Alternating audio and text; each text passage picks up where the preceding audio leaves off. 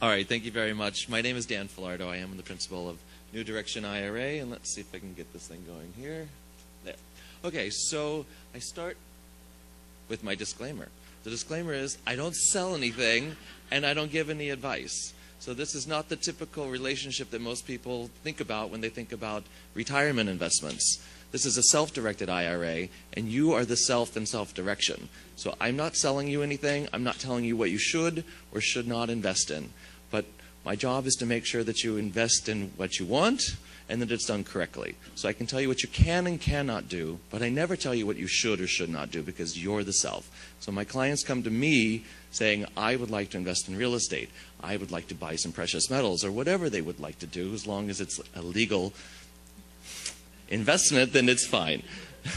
And speaking of that, actually we had some Colorado and Washington investors in pot stores, basically. Now they're legal there, so there were some investors going in on that, and I thought, well, it's legal now there, so, you know. I think they're going to make a lot of money with their self-directed IRAs in that business, actually. Okay, so I do know this one. Okay. We provide the administration. So like I said, I'm not selling you anything, but we are the administrators for the account. So we make sure that the tax forms are done and everything is in order. We hold the assets. So that's what the administration does. We allow any asset that's allowable by the law. Many IRAs that you might be more familiar with, Fidelity or Schwab or any of the larger companies, they're selling investments, right? So they're selling mutual funds. They make a commission off of selling you mutual funds into your IRA. That's how they exist. We don't do that, so we work off of fees instead of commissions, but we don't make money when you buy and sell things, basically. The educational model is because people don't know what they can do with the self-directed IRA, so I have to always start at the very beginning with everybody about what is a self-directed IRA, how you can use it, and so I do a lot of speaking around about that. Client relationships is a small town. It's a big city, small town kind of thing. So it's very important. Word of mouth is extremely important in a small business, and I understand that. Oh, so what is a self-directed IRA? It's not any different than any other IRA. So just so you know, there's not a different legal category for a self-directed IRA. The difference is going to be the administrator allowing you to have assets that are outside of securities. Like I was saying, Schwab, Fidelity, they're securities dealers and they make money when you buy and sell securities. But if you wanted to go invest in real estate, they're not going to make any money, so they're not going to let you do it. So that's why I have a business model, because they're not offering that. The due diligence is very important. It's your money, it's your IRA, and you're the one that's doing the due diligence. I'm not going to tell you it's a good investment or a bad investment. I can tell you if you can or cannot do it, but I'm not going to tell you if you should or should not do it. So if you want to invest in something, you really need to do the due diligence yourself.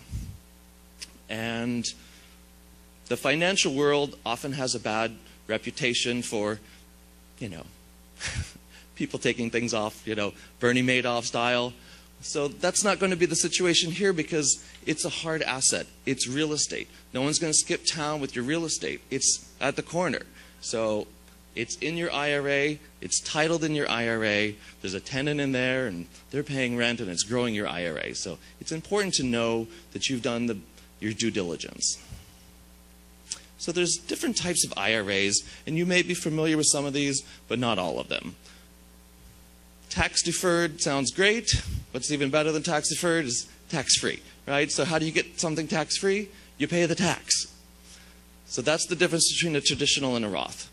A traditional IRA, the traditional, the SEP, the simple, the 401k, health savings accounts, they are a type of IRA, but that's much smaller. But those are tax deferred. The Roth is tax free because you've paid the taxes on the Roth up front. So when you make your annual contribution to your IRA, if it's a traditional, you get the tax deduction in the year you make the contribution, and it grows tax free during your lifetime as you're investing. If it's real estate, it's going to be during that period. Then when you're retired and you take the money and put it in your pocket, that's when you pay the taxes on it. So why would you do that? Well, most people, when they're retired, are not going to have the same tax level as when they're working, right? Your earned income when you're retired is typically much lower than it was during your working years. So the tax bracket is going to be lower on your earned income, and that's the benefit of a tax-deferred account. The tax-free account is you've paid the taxes up front. So when it comes to real estate, the beauty of the Roth is it takes a lot of money to get into real estate with a Roth, but if you've paid those taxes up front, all the appreciation and the rent is all growing tax-free. So let's just say you found a $100,000 house. You had to pay the taxes on that money to get it in the Roth, but let's say it was 10 years of income on that rent. That's all tax-free money. That rent is not, you don't have to pay that as earned income. It's tax-free because it's coming from the rental property that's owned by your Roth. Now, you're not using that money right now because it's in your Roth for retirement. But let's say you held the property for 10 years and you get into retirement age, and hopefully there's some appreciation after 10 years. So the Roth is a beautiful vehicle. The hard part about the Roth is getting the money in there, paying the taxes on it. So if you have a traditional, you can convert it to the Roth by paying the taxes. So those are the different types of accounts, and all of these can be self-directed. So like I was saying, there's not a difference between self-directed IRAs and non-self-directed IRAs. They're the same legal entity, and these are the different types. I like to point out the SEP, the Simplified Employee Pension. We have a lot of people, my clients, that have these. In the real estate world, maybe they're independent contractors. They don't have a company 401k. So the government allows larger annual contributions into a SEP. So if you have a traditional and you're under 50, it's $5,500 a year of new money contributions you can put in there, same as the Roth. If you're over 50, they give you $1,000 extra. So it's $6,500 annual contribution. On the SEP you can put up to $50,000 a year into there, or 25% of your annual income, whichever is less. So you see, if you're an independent person and you don't have a 401k going, if you're 1099 instead of a W-2, basically that's what it comes down to. If you're a 1099 and your business is doing well and you need to put some money in a retirement account, the SEP may be the right one for you. Because $50,000 a year doesn't take very long before you're looking at investing in real estate with that type of money. So the IRS doesn't endorse or approve investments. They just make sure that if you've messed up, they're going to come after you. So they're not going to tell you what you should invest in either. There are some unallowed assets here. So you can invest in life insurance because life insurance already has a tax-deferred status, and collectibles are also not allowed. So if you want a wine collection, great, but not in your IRA. The reason for that is the fluctuating values, they can't be really valued. If you wanted precious metals, for example, you can buy precious metals but not a collectible coin because it's worth much more than the value of the weight of the gold. So we are here talking about real estate, but there are other things that you can invest in besides real estate with the self-directed IRA.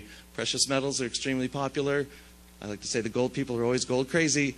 Price goes up, they're happy. The price goes down, it's a buying opportunity. So they're really happy that way. Lending money as a note is very popular, and it can be done with real estate. So notes, whether secured or unsecured, they're a good way to go as far as like buy, fix, and flips. If you have money to buy the house but you don't have enough money to fix the house, you might borrow some money from somebody's IRA and pay them some interest on it for the fix. And then you sell the house later, you pay them back, and that was the money for the fix. Of course, rental apartments are great because the income is going back into your IRA. So this is about the same slide. So the IRS gets this question a lot. Can an IRA invest in real estate? So they've put it on their website at irs.gov. IRA law does not prohibit investing in real estate, but trustees are not required to offer real estate as an option. So that means Charles Schwab could do it if they wanted to do it. That's not their business model. That's why I have a call. That's why the job is here. So the IRA is for later, right? It's a retirement account. It's an individual retirement account. It's not supposed to be used for now. So you're making your annual contributions. You're investing that money in real estate or whatever you'd like to. When you hit 59.5, in my world we have two important years, 59.5 and 70.5. Those are retirement years. If you want your money out of your IRA, it's still your money, so you can have it. But if you're under 59.5, the government says, we've given you this ability to invest tax deferred, but life happens. Sometimes you have an emergency and you say, look, I've got $100,000 in that IRA. I'm going to be homeless if I don't do something. So you can still have it. But if you're under 59.5, they're going to give you a 10% penalty, which is very expensive because you also have to pay the tax on it. So if you want to take money out of your IRA before you're 59.5, it's very expensive, but it still can be done. Emergencies happen, and you just should know that it's still your money. At 59.5, the 10% penalty goes away, and between 59.5 and 70.5, that's the period that you can do what you want. If you want to take distribution out, it's fine. At 70.5, the government says, okay, you're getting a little older, it's time to start taking some money out of your IRA because we need to get our tax money. So you haven't paid the taxes on there, it's been in there a long time, and they say, you need to take out 5% a year. It's called required minimum distribution. So if 5% is the minimum, it starts at 70.5. But between 59.5 and 70.5, totally up to you. And often in your situation, you're probably looking at the rental income coming off the property, and you probably just start taking the rent and putting it in your pocket and pay the tax on that. Titling is extremely important, and title companies all over this town call me all the time and say, we need to know what's going on. How is this done? So in general, on the left-hand side is the administrator, and on the right-hand side is the client's IRA. And in the middle is for the benefit of. So New Direction IRA, Inc., for the benefit of John Doe's IRA. That is who owns the condo. That is what's on title. The offer needs to be made that way. The money comes from that account for the earnest money, and when it's sold, that's who's selling the property. So that's the buyer and the seller. It's not you personally, it's your IRA. And the reason this dual titling is like this is for your protection and our protection. It's by the IRS. We have to follow a lot of IRS rules, and we do it very well. So on the left is the administrator for the benefit of the client's IRA. Now, why is it this way? Because I can't skip town with your property, because it's not just my company's name on the title. If it was just my company's name on the title, nobody would do that. I mean, I'm a nice guy, but I wouldn't do it either. So, and if it was just the client's IRA on title without an administrator, then it would be taxable. It would be a personal thing from the IRS would say, no, actually John Doe owns that, because there's no administrator. So the dual titling is the client signs read and approved on all documents. We sign for the name of the IRA, but we don't sign anything until the client says, I have read this, I approve this, I want to buy this, I want to sell this, we're going to do this. And then we execute the contracts.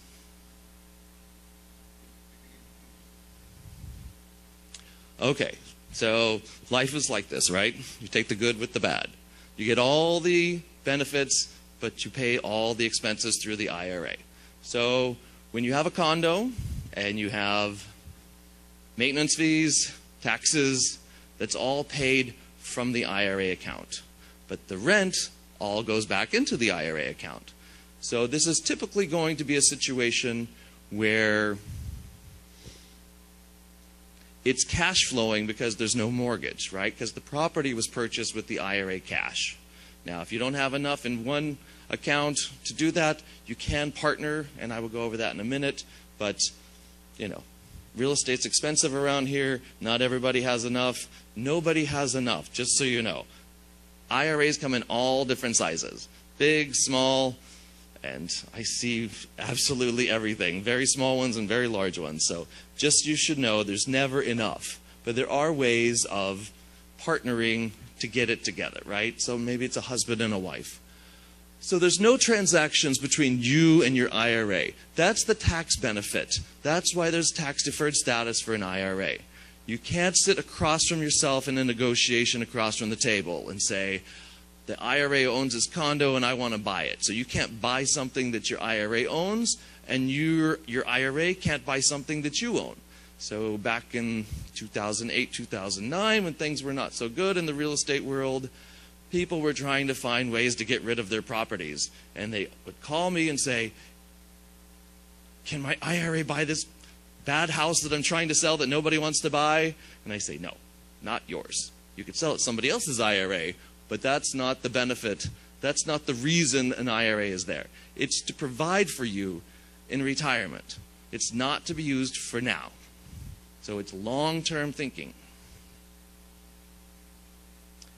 You're a disqualified person from your IRA directly. I've got this is my favorite one actually. There's the reds and the greens in the world. Well, you can't really see the red and the green so much on this one, but you're the IRA holder and the ascendant and descendant family line. So your parents, your grandparents, your children, your grandchildren, and your spouse, these people are as close to you as you are, and they're disqualified. It means you buy a condo with your IRA, you need a tenant. Those people can't be a tenant. You can't live in it, your spouse can't live in it, Johnny going off to college can't live in it, your mom can't live in it. It has to be an investment. Now, the periphery relatives, your brothers, your sisters, your aunties, uncles, cousins, all of these people are okay. They're actually in green. You can't really tell much here. But that doesn't mean that your brother is going to be a good tenant. He may not pay the rent. But according to the IRS, he is a legal person. He's not disqualified. So you could rent to your brother, and you could buy and sell between you and your brother with your IRA. So that's just something about disqualified people. There's the good things and the bad things. You can do a lot of things, but these are the limitations. The disqualified people having personal benefit of it.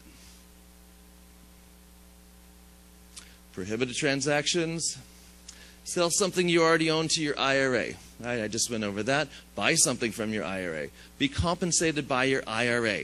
This is something on a buy, fix, and flip that people often say, hey, I'm handy with a hammer. My IRA bought it, but I'm going to fix it up. Sweat equity. No. Sweat equity doesn't work. So if it's a buy, fix, and flip, you have to hire somebody. There has to be an invoice. I don't care if it's a licensed contractor. It could be your best friend. But if there's a legal invoice, your IRA can pay that person. Your IRA is your money, but it's a separate entity from yourself. So when you're signing a mortgage and they want to know that you're personally going to guarantee that you pay that back, you can't do that with an IRA. So you cannot pledge your IRA funds as an asset that you would pay something back, right? It's separate from you. Personal use, like I said, you can't live in it. You can buy a Waikiki condotel, but you can't go stay in it. No sweat equity. This is really, it's really hard because people want to go paint the place, right? You buy a fixer-upper, you know it just needs some paint, but you're really not supposed to be doing that work. This is an investment. It should be an arm's length investment, and people have a hard time with that. And then the question always comes up is, how are they going to know? How are they going to know if I did it or not? Well, when it comes to sweat equity, maybe a paint of a bedroom with no reimbursement of funds on a gallon of paint, maybe that would be okay, because there's no paper trail back to it. You're not looking to get reimbursed for painting that room. But if you buy a 2-bedroom and all of a sudden it becomes a 3-bedroom and the IRA didn't pay for that third bedroom, there's going to be a question. And so that's the sweat equity issue. If it's something that's legitimately a different property, yeah, you're going to get in trouble. You can't live in it. You can't buy something that you already own.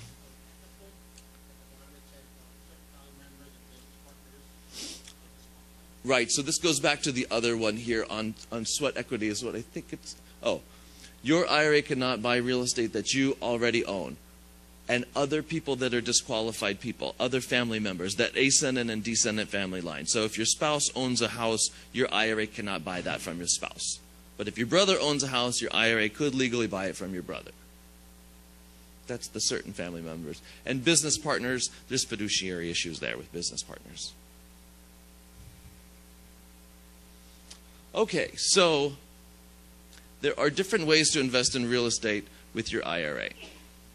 And like I said, there's never enough money. So people always, if you have $1 million in your IRA, people are looking at a $2 million property. That's just the way life is. But if you can just keep it to the money that you have in your IRA and go find a nice property that's that size and that much money, you know, that's the easiest way. That's when it's just holding on title, right? So like I showed you before, the dual titling, that is one way to do that.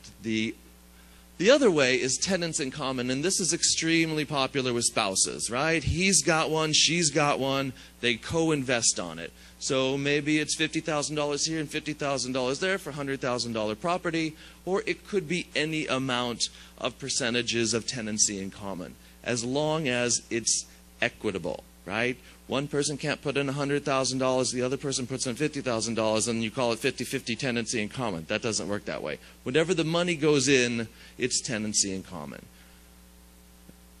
So that's the most popular way, actually, is tenancy in common between spouses. But it doesn't have to be between spouses. It could be anybody or any other entity as well.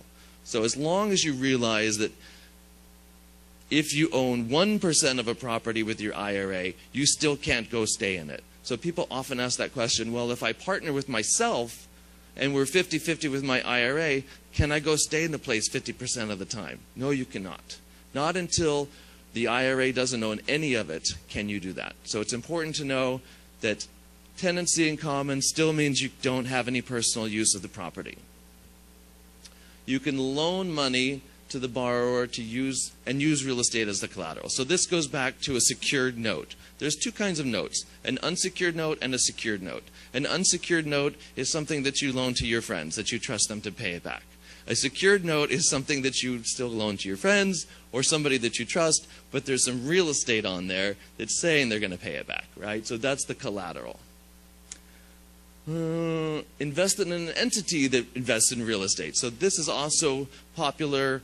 We've had many, well, I guess we're here. I'm usually going this way, but kaka'ako right across the street. Pre-construction kaka'ako properties. Get a hui together. Maybe it's a bunch of family members. Maybe it's a bunch of business associates. They don't have enough money for a $600,000 pre-construction property, but you know what? 6 people do. 6 IRAs go together on one property. What are they trying to do? They're going to buy a pre-construction $600,000 using an LLC. So 6 $100,000 IRAs join together in an LLC, and then the LLC goes and buys the property.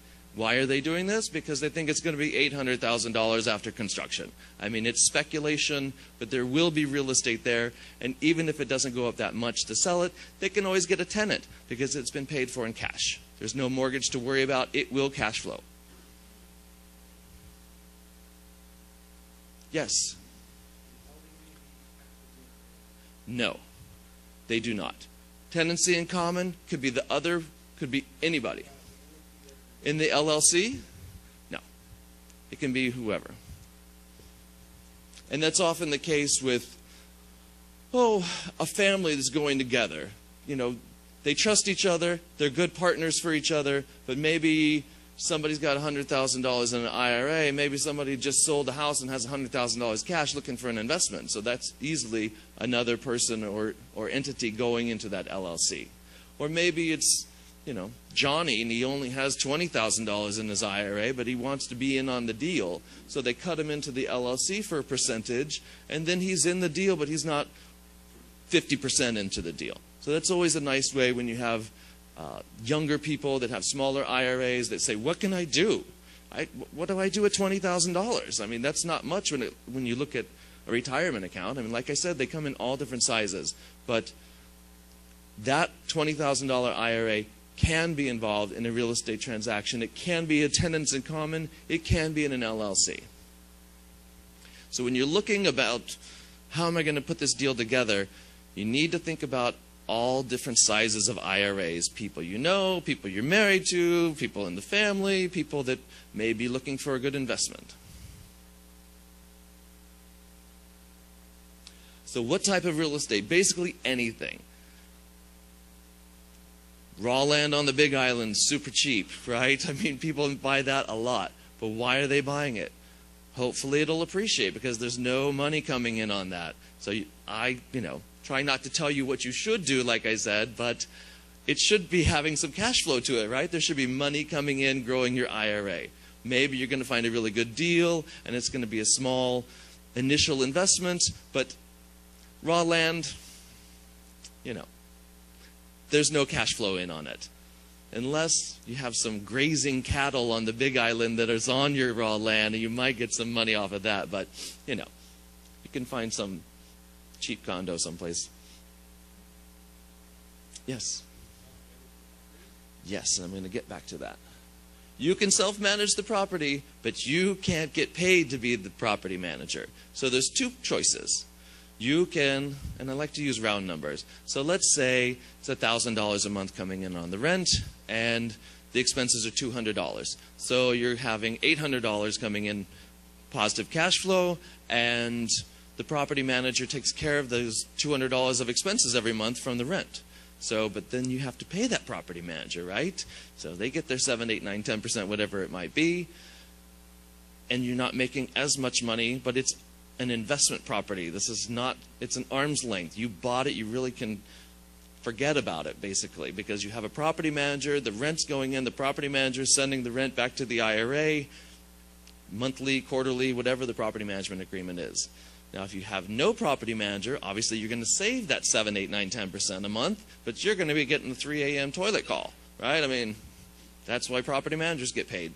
But if you are a property manager, you cannot have your IRA asset going through your property management business. And that is often the case in this town, well, all over, but with realtors. Realtors have their realtor business, and they also have a property management business that goes very hand in hand. So you cannot self-manage and get paid and have the money going through your trust account of your property management business, because that is self-dealing. Because the government says, when you're touching the money, you're getting taxed on the money. When you're not touching the money, you're not getting taxed on it. So that's the important thing to remember about the IRA is when you put the money in your pocket, you're paying the taxes on it. And if it's going through your account, then that's touching the money. So if you're looking for a property manager or no property manager, you can be the property manager, but that money has to go to the IRA. What do we got here? Debt is allowed. So like I said, no matter how much money you have, you always want to get a more expensive property. So what do you do if you don't want to partner with somebody, tenancy in common, going in on an LLC? You can get a mortgage. It is a very small niche mortgage, and there's nobody in the state that does it, but there's plenty of companies on the mainland that do non-recourse loans. So that's the word, non-recourse loan. And what's a non-recourse loan? Well, there's no recourse back to you. So a personal guarantee is I personally guarantee to pay this mortgage. And if I don't, you're going to foreclose and take the property. In the worst case scenario, we all understand foreclosures, right? We understand that somebody said they were going to pay it, they didn't pay it, and now it's being foreclosed on.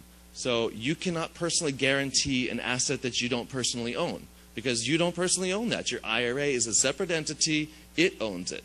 So the IRA has to walk into the bank and say, hi, I've got $100,000, I'm an IRA, and I'd like to buy a $200,000 property. And they'll say, okay, so these are the terms. So I'm not a non-recourse lender, but I can tell you that the terms are typically not like your standard personal mortgage, right? They're going to look for a higher down payment, maybe 40%. They want to make sure, in the worst case scenario, if you don't pay it, that they've got your 40% and they've got the property, but they can't come back to you for any more money. So they have to be happy with the risk of having a very large down payment and taking the property, but not coming back for any more money, because there is no personal guarantee on a non-recourse loan. There's no recourse going back. So that is maybe 10% of the people that buy real estate with their IRA are getting a non-recourse loan. So if you just Google non-recourse loans, you'll find something if you're interested in doing it. And it's just going to make sense, yes or no, right? It's either going to be too high interest or it's going to work out. Okay, so this is an example of 3 different IRAs.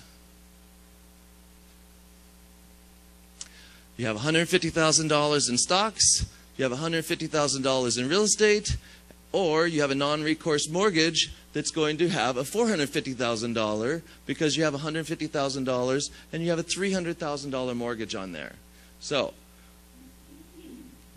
you can buy more property with that, obviously. But now you have a mortgage to pay, and that's no longer cash flowing the same amount. But the one thing that you can do is pay it off quicker. You don't have to take the full amount of rent. Let's say it's like this, right? So what is it? 2/3?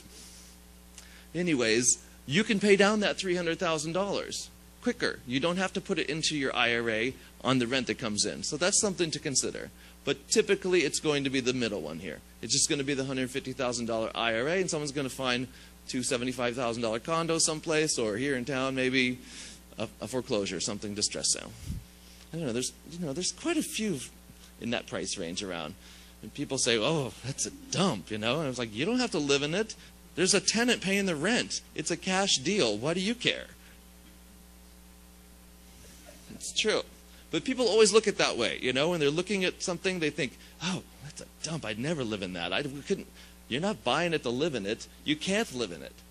Okay, so the timetable takes 2 days to open the account. So that's the first step, is opening the account. Second step is funding the account. We don't have your funds yet. They're over at Fidelity, and I don't know how long it's going to take Fidelity to transfer your funds from them to us, but typically it takes about 2 weeks. Could be a week, could be a month, but the timeline on the investment is open the account, fund the account, purchase the asset, and the asset is the real estate, and that transaction is the same as it would be anyways, except you don't have to worry about funding from a mortgage. It's just going to be wired over to escrow. So finding the investment, the step 3, just so you know, always is step 1. I wish it was in a perfect world.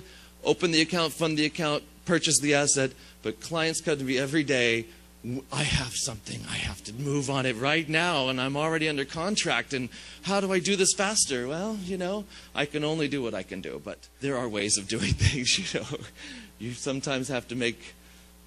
Okay, so this is a quick simplified sample here, just to give you an idea. I'm going to go over this quite quickly. Sherry, do I have enough time for this? I got 5 minutes. Let's look at this then. Okay, this is a simple... You have $150,000, and it's actually a husband and a wife tenancy in common. They each have $75,000 in their IRAs, and they have 15 years until they retire at 65. That's the goal, retire in 15 years. So the 2 IRAs invest in one property, and it's $120,000 in Waipahu. Not really glamorous, but you know what? It pays the rents here. So the rent is $1,300 a month. The maintenance fee is $300. Includes the electric and the water, 10% for the repairs and the upkeep. Net rent is $900 a month, which is $10,800 a year. Annual tax deductions, they're going to max out their annual contributions every year. The husband and the wife are doing their $6,500 a year. So they're putting $6,500 each into their IRAs. That's going to build up the cash of $13,000. At the end of year 1, their IRAs now have one property and $23,800. Fast forward with the rent accumulating, not even selling this property, 7 years with the contributions and the rent, they've got $166,600 to buy another property. And we're going to use the same as above. So they go down, they buy more, they're never selling these. Year 15, they've got a lot of money. They're ready to retire. You can sell these properties. You can continue to do the same thing. There's no reason to stop doing what you're doing unless you want to. Maybe you have to buy something that's expensive in retirement, and you can take the money out of your IRA, and you have the money that's there. If something bad happens, maybe you don't need 4 properties. Maybe you only need 3. So you could sell one of those. And after 15 years, there's going to be some appreciation as well. So there's not even the appreciation worked into this example. But you can see it starts very small, $275,000, husband and a wife, want to retire in 15 years. They follow the plan. They got a lot of money and a lot of properties at retirement. It makes a very nice retirement income.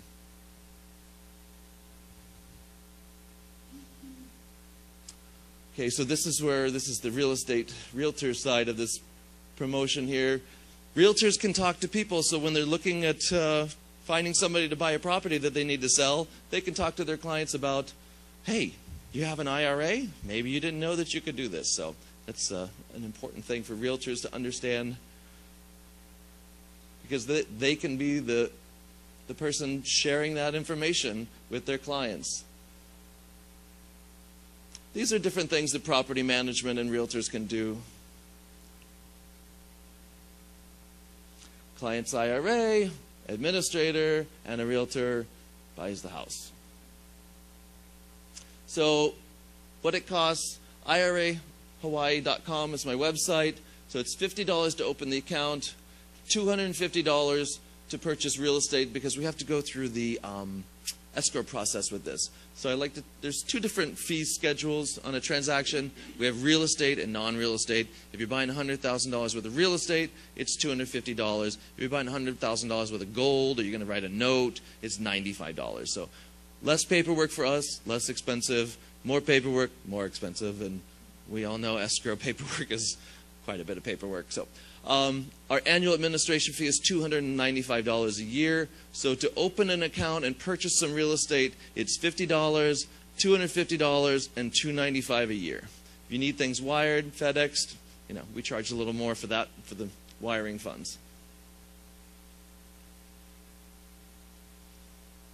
Only a self-directed retirement plan can hold real estate. Invest in real estate of your choices here. Roll over the funds. People often have old 401ks. This is a way to use that old 401k from your old job that you might not have, you forgot about it. You haven't really forgot about it. It's still there and it's fine, but you could be investing that money. So old 401ks are really a very popular way to fund. Make it easy for you. I'm Dan Filardo. Thank you very much. Does anybody have any questions for Dan? Any questions? Did everybody get a brochure? Okay, so my information's on the back. My office is over at Restaurant Row.